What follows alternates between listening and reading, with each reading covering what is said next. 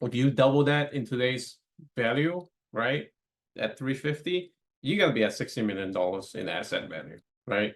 Granted, if you buy it over time, not everything's gonna be paid off by the end of 30 years, but eventually they should be paid off, right? Which means at some point, if you keep buying for the next 30 years, if your kids are willing to hold them for another at least 30 years, they would have $60 million. Well, actually, at that point, the value would have gone up too. 60 to maybe $100 million in real estate.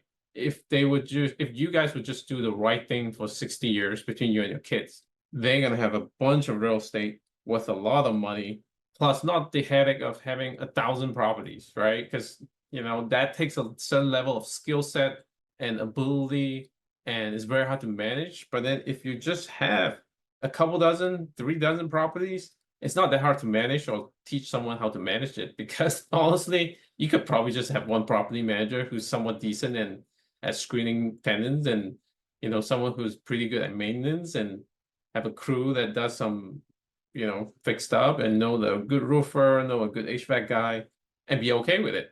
For 20, 30 properties, it doesn't take a lot.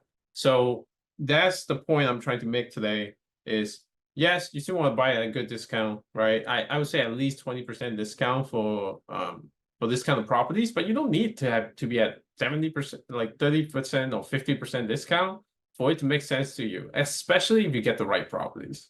And you don't even need to buy 10 properties a year. Just buy one, right? Just buy one, keep it, get the one in the best area, good enough rental, no headache, no maintenance, right? Because like you're gonna get people who can afford, as long as you screen